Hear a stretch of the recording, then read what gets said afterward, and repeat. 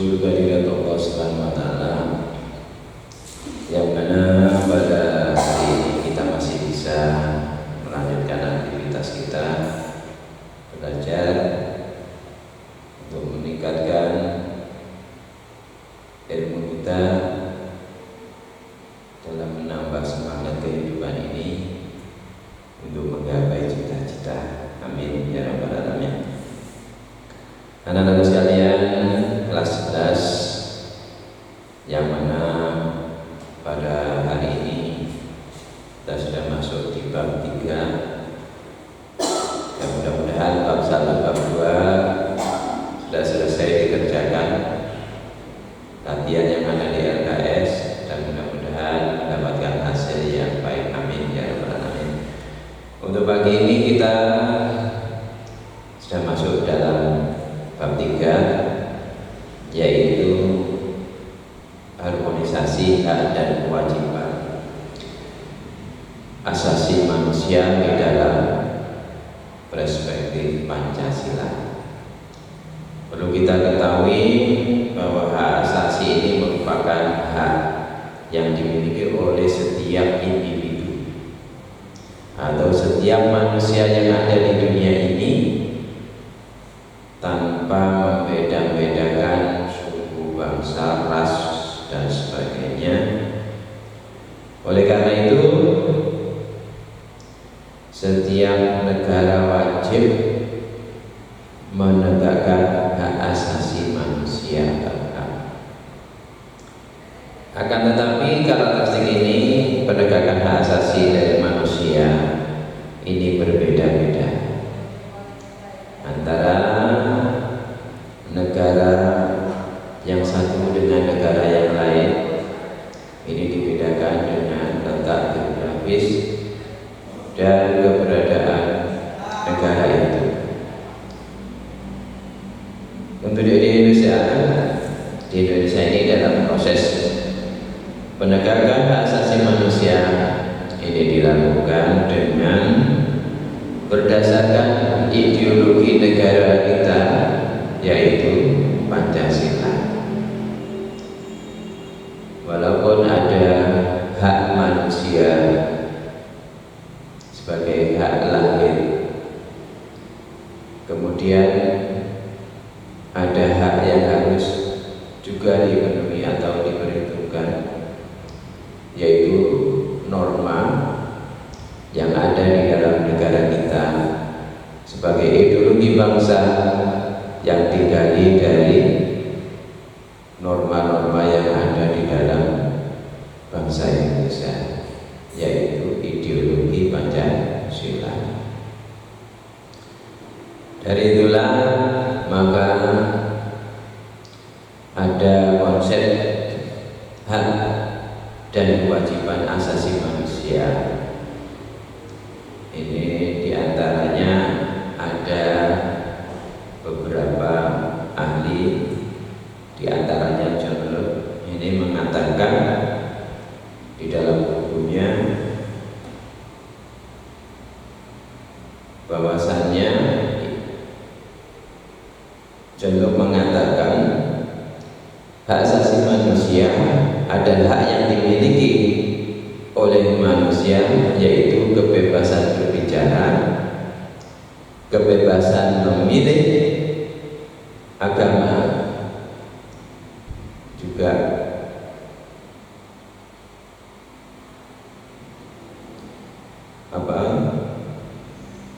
manusia itu sejak lahir sudah diberi kodrat oleh Allah Subhanahu wa Ta'ala, yaitu setiap manusia serta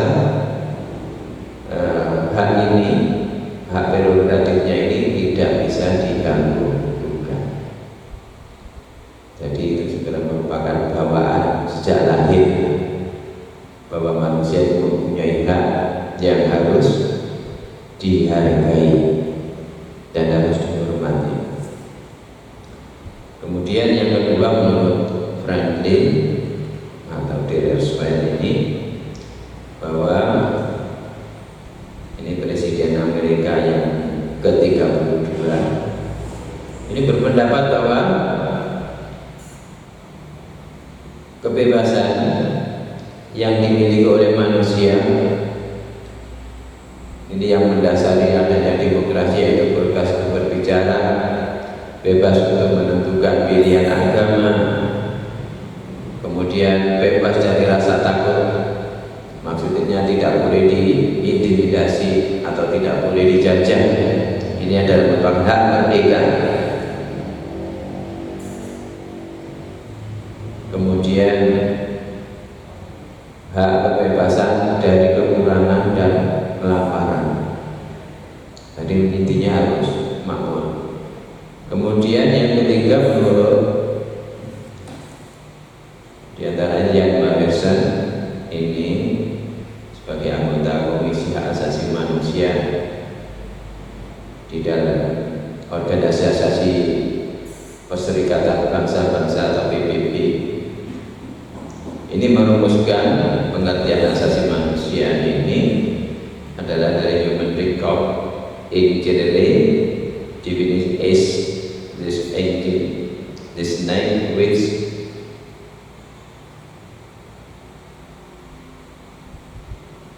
jadi hak asasi manusia itu adalah hak yang secara intern melekat dalam diri manusia, sehingga tanpa hak itu manusia tidak dapat hidup sebagai manusia. Mungkin kalau zaman dahulu ada perbudakan. Kalau orang sudah menjadi budak, sudah tidak punya hak sama sekali. Kenapa? Haknya sudah dimiliki oleh yang punya. Ini zaman dulu. Maka manusia kalau masih ada yang seperti itu berarti belum merdeka, tidak punya hak. Makanya sekarang jadi hak asasi ini hak yang dimiliki oleh setiap manusia untuk mencapai kemerdekaannya masing-masing. Ini yang dimaksud oleh Jan Magerson sebagai komisi anggota hak asasi manusia Dewan PBB.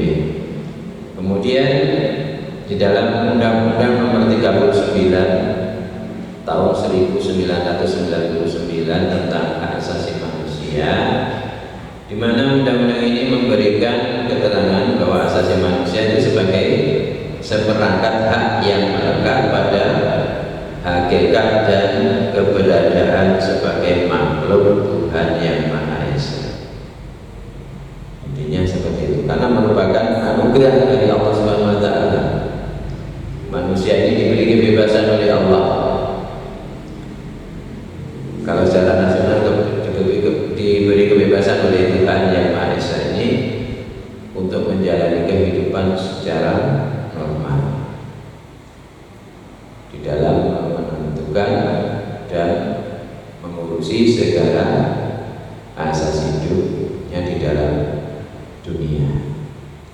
Ini yang dimaksudkan di dalam undang-undang itu, diantaranya HAM atau asasi manusia tidak perlu diberikan atau diminta atau dibeli ataupun diwarisi, karena asasi manusia ini adalah bagian dari manusia secara otomatis sebagai makhluk ciptaan Allah atau makhluk ciptaan Tuhan Yang Maha Esa. Ini secara otomatis. Kemudian hak asasi manusia berlaku untuk semua orang tanpa melihat jenis kelamin, baik itu laki-laki maupun perempuan. Kemudian tidak memandang ras, agama, etnis, politik, serta asal usul dari bangsa. Jadi semua setara. Seluruh manusia yang lahir di dunia ini mempunyai yaitu status yang sama di dalam hak asasi manusia. Kemudian yang ketiga yaitu asasi manusia tidak boleh dilanggar. Tidak seorang pun mempunyai hak untuk menghalang-halangi atau membatasi atau melanggar hak orang lain, karena ini adalah hak mereka. Dan orang tetap mempunyai hak asasi manusia walaupun sebuah negara membuat hukum yang tidak manusia.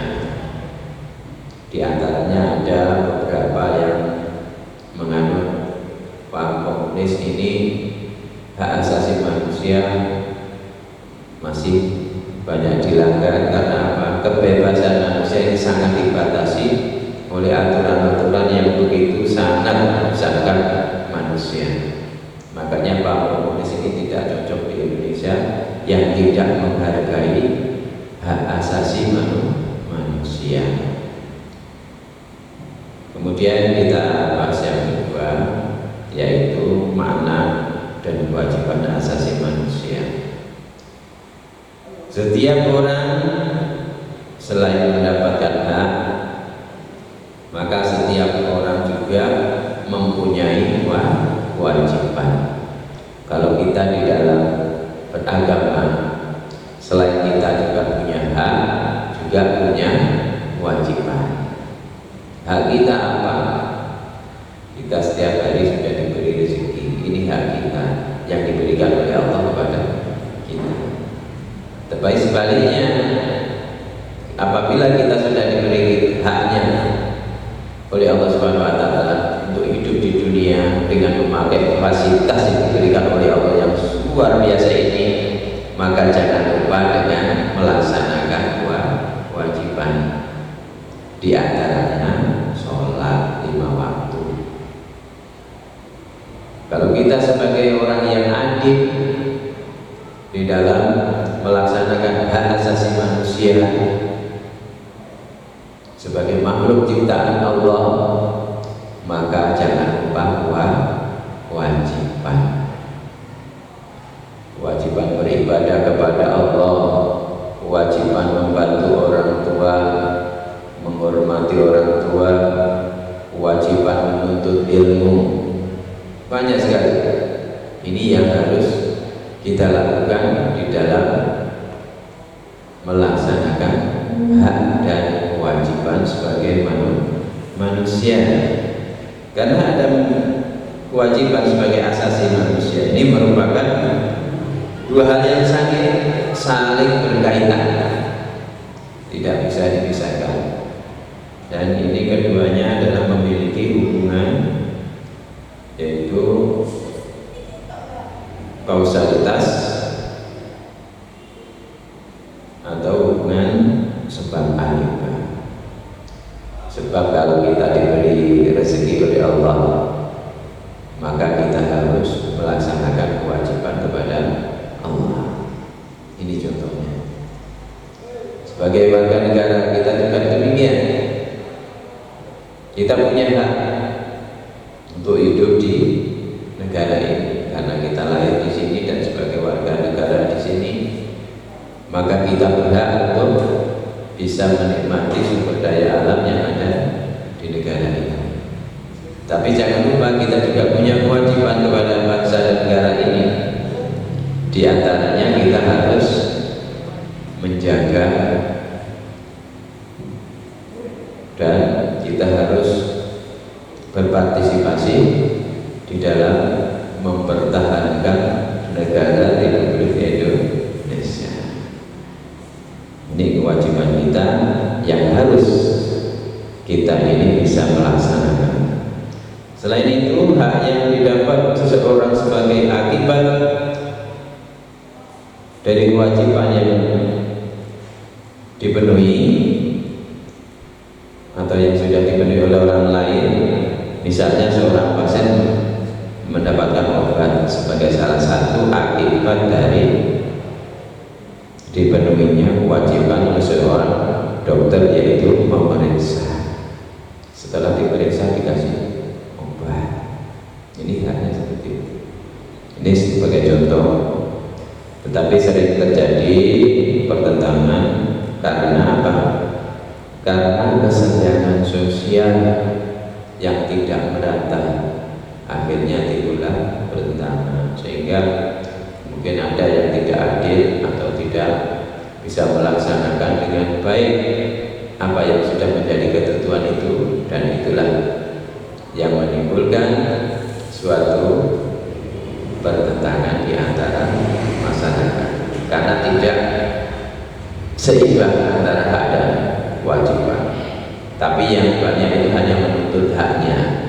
lupa melaksanakan kewajiban. Itu wajar sebagai manusia, itu pengen enak dong. Manusia hanya ingin enak dong. Contohnya sekarang, kenapa bangsa Indonesia ini lebih suka dengan pemberian, tetapi sebaliknya apabila diberi kewajiban untuk membayar, ini sangat susah. Kalau di dalam agama kita tahu kewajiban kita membayar zakat. Apakah semua orang Islam sudah membayar zakat? Nah, ini salah satunya. Tapi haknya selalu diminta, setiap hari harus dipenuhi rezekinya. Tapi haknya, kewajibannya tidak mau melaksanakan. Ini salah satu contoh bukti yang sangat nyata. Kemudian kalau ada di aturan negara, hak kita harus dipenuhi untuk bisa belajar, untuk bisa pergi dan sebagainya. Tapi kewajiban ini banyak yang lupa.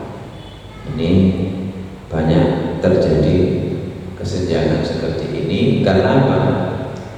Masih mendahulukan kepentingan pribadi daripada kepentingan bangsa. Ya, inilah yang menyebabkan manusia lupa kepada kewajibannya.